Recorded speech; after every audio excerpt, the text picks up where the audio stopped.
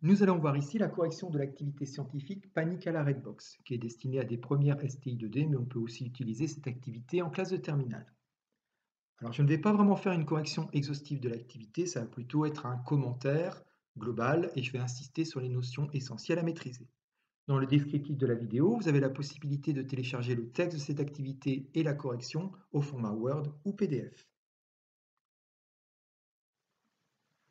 Pour le pitch de cette activité, j'ai imaginé qu'Amixem trouvait un petit peu salée la facture d'électricité qu'il recevait tous les mois pour la Redbox. Donc il fait une réunion de crise un soir et il demande aux youtubeurs là-bas de trouver des idées afin de réduire cette facture d'électricité.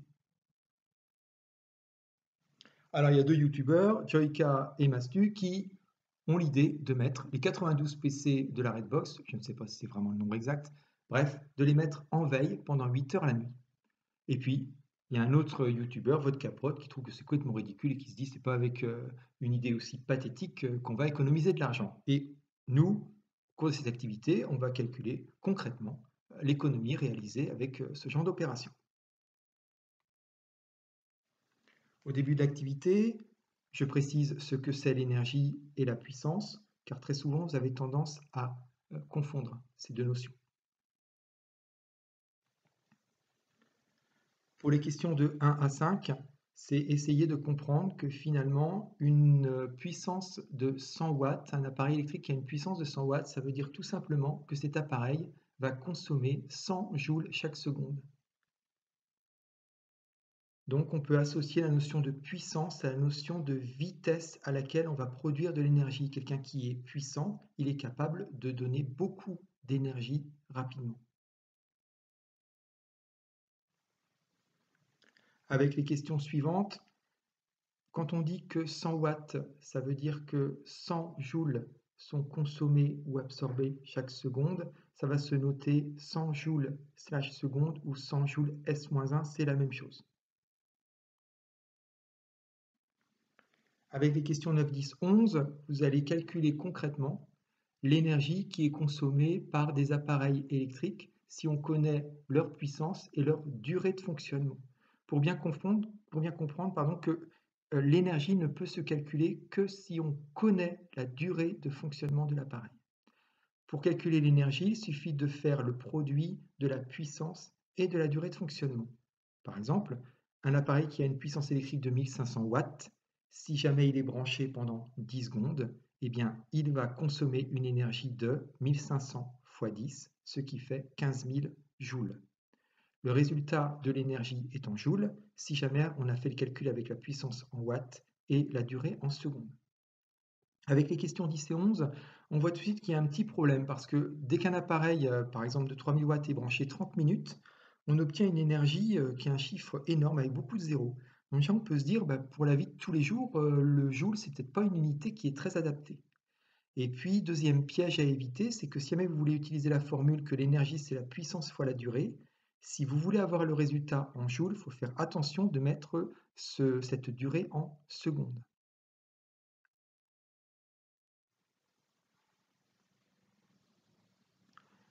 J'introduis ici les autres unités de l'énergie qui sont le wattheure ou le kilowattheure. Donc l'énergie, c'est toujours la puissance fois la durée de fonctionnement de l'appareil. Mais si jamais avec votre calculatrice, vous laissez la puissance exprimée en watts et le temps exprimé en heures, dans ce cas-là, le résultat qu'affiche votre calculatrice, l'unité de l'énergie, c'est des wattheures.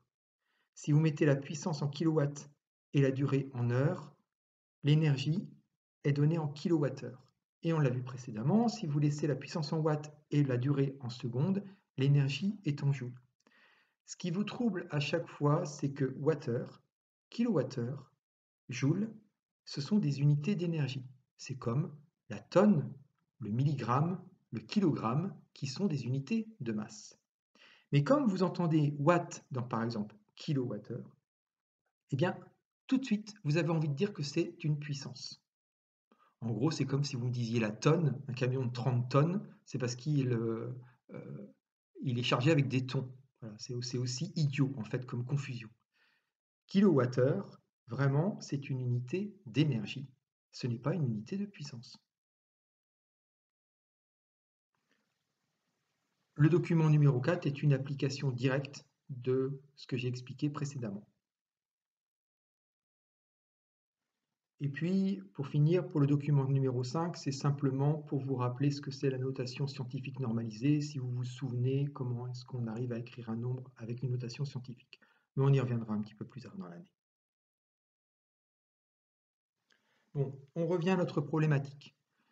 J'ai imaginé que les 92 PC de la Redbox avaient une puissance de 500 watts, que lorsqu'ils étaient en veille, ils consommaient un tiers de cette puissance, et lorsqu'ils étaient en veille prolongée, ils consommaient 10 watts. Avec le document numéro 7, je vais vous faire calculer la consommation énergétique des 92 ordinateurs de la Redbox pendant 8 heures dans différentes configurations, en fonctionnement, en veille prolongée. Par exemple, faire fonctionner 92 ordinateurs qui ont une puissance de 500 watts chacun pendant une durée de 8 heures, eh bien, ça nous coûte une énergie de 368 kWh. En revanche, ces 92 PC, si on les met en veille prolongée, pendant 8 heures, ça ne nous coûte plus que 7,36 kWh.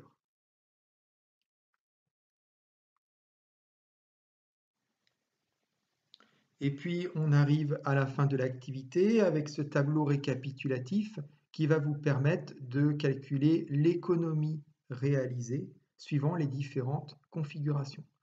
Je ne vais pas rentrer dans les détails. La facture qui est calculée à chaque fois, c'est sur une année, donc 365 jours, avec 8 heures de changement finalement de l'état des PC, des 92 PC de la Redbox.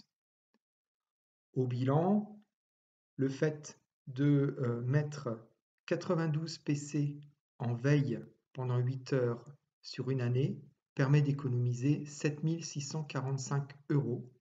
Et si jamais on les met en veille prolongée plutôt que les mettre en veille, on économise 11 254 € sur l'année. Et donc en conclusion, eh bien non, l'idée de Joyka et Mastu était absolument pas pathétique, c'était une très bonne idée pour économiser facilement de l'argent. Alors je sais, vous allez me dire, oui, mais la publication des vidéos se fait certainement la nuit, donc il faut que les PC tournent. C'est vrai, mais bon, après, si on pense à tout ça, il n'y a plus d'activité. Voilà, merci de votre attention.